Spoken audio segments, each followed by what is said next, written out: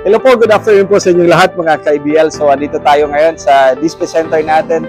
So, ngayon po mga ka-IBL, ito pong unit na nasa likod ko. Ito po ay for final completion natin, Alvin. So, ito po ay Suzuki DA63. Sine-check natin lahat po mga ka-IBL. So, makikita nyo po mga ka-IBL, ito po ay naka-lift up. I-lift up natin to. So, ito po ay papalitan pa natin ng cargador tires na bagong mags at saka Chaoyang na cargador. Bali sa Japan po, yung original size po ng rim na sa mga DA63 po, lahat po ng pick up na galing Japan, yung original size po niyan is size 12. Siyempre, tayo po yung mga Pilipino, talagang pinapaganda natin. So, ang ginagawa po natin, pinapalitan po natin ng mags na katulad nito. Ito po ay size 13. Tapos ito po ay cargador tires. So yan po yung size natin, 6.40 by 6.50 R13. Yung harap niya, tapos yung sa likod. So, kasama na din po yung linalagyan natin ng lug nuts. Yun po. So, ito po ang ilalagay natin, i-install natin sa unit na ito.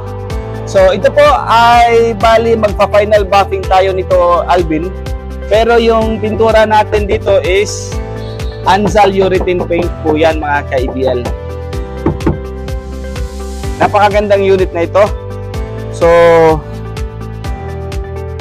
ito, nag-install na tayo ng aircon. Tapos ito, Alvin, check natin, double check natin to yung mga wirings. Kailangan naka-1 yun na to ni James sa poston. Kung sa Tagalog sa poston, Alvin. Yan, binabalot natin yan. So, balutin natin yan ng electrical tape. Tapos may naka-coolant.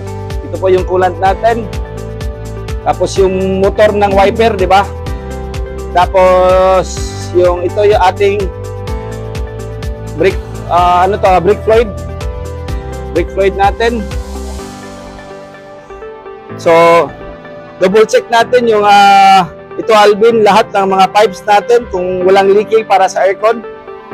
So pakita natin dito, Alvin. Ito po yung sa loob. So, kinukumpleto pa natin to.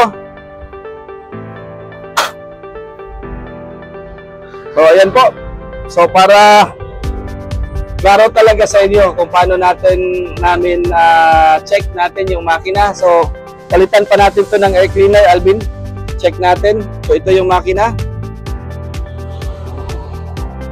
Dashboard, lahat po yan. Naka-aircon to. Tapos, nilagyan na natin ng ceiling kasi iba-vlog natin to, Alvin, pag natapos na natin lahat. Tapos yan po yung ating chassis.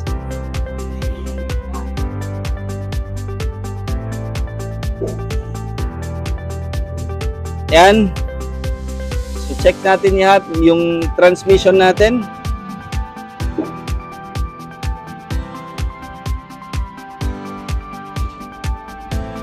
So, lihaan natin ito, Alvin. Dito. Lihaan natin, tapos pasilihaan natin.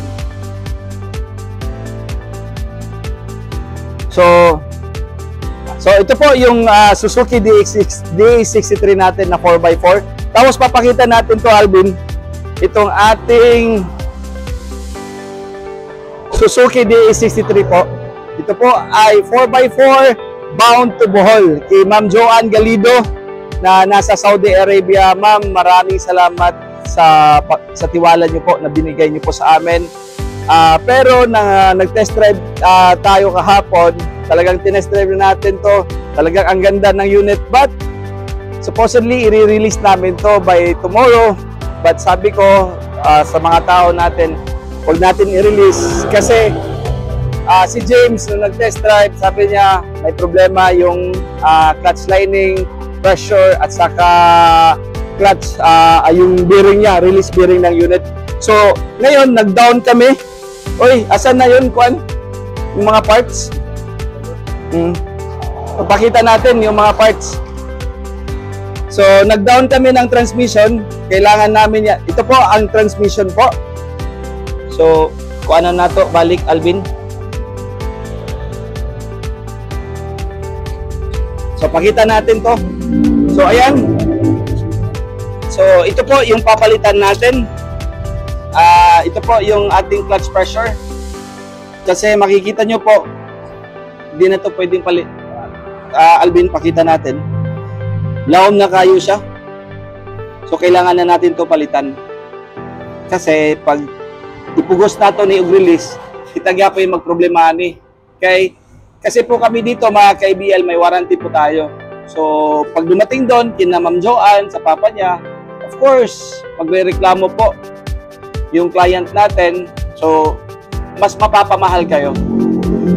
So, dito pa lang sa amin, talagang chine-check natin. Tapos ito, yung clutch disc na. So, hindi na din pwede. So, kailangan natin palitan. Brand new. Pero actually, okay pa. Alvin, di ba? Okay pa. But, pinalitan na lang natin para kuhan tayo. Sigurado lang, Alvin. So, bago, papalitan natin to. Alam nyo kung magkano ang set nito? This is 5,000 plus. Almost 6,000 to. Yung clutch pressure, clutch disc, at saka yung kanyang release bearing, kailangan din namin palitan. Ito po. Kasi umaalog-alog na. Dito, Alvin, pakita natin umaalog-alog na. Pag napansin nyo po na may umaalog-alog, yan po, mukhaan na siya. Maingay yan sa loob. Actually, hindi pa eh. Hindi pa nga, pero kung sa iba kayong surplusan, okay lang yan sa kanila. Pag doon kayo bumili sa iba. But dito sa amin, talagang easy to it po, na maganda yung makina, yung transmission po. So dito kami nagtatagal po, mga ka-ABL. So ito, papalitan din natin to ng tensioner. So, yan po. So, depende na po sa inyo yan, mga ka-ABL, kung saan kayo kumukuha na trusted nyo po na dealer, na rebuilder po. Basta dito sa amin, mga ka-ABL, yan po ang sinasabi ko po na talagang dito sa ABL Cebu Motor Traders, kami po talaga ay complete recon unit from Japan. Hindi po Pilipinas, sir, ha? Mga ka-ABL, yan po. So, ayan. So, talagang go na sana to, but pinigilan natin na hindi natin ma-release. Kasi magkakaproblema din tayo. So, again, mga ka-ABL, maraming salamat po. Ito po ay Suzuki FB Type din natin. Release na rin natin to next week kay Sir Yoli Ramirez. So, test drive natin to ngayon. So, again, mga ka-ABL, sa susunod po na vlog namin, papakita natin tong violet na unit. Ito po. At saka itong red natin. So, again, mga ka-ABL, maraming salamat po sa inyong lahat. At saka, happy Friday po sa inyo. First Friday po ngayon, mga ka-ABL, huwag niyong kalimutan magsimba. It's Sacred Heart Jesus po ngayong araw. Salamat po sa inyong lahat, mga ka-ABL. Thank you po.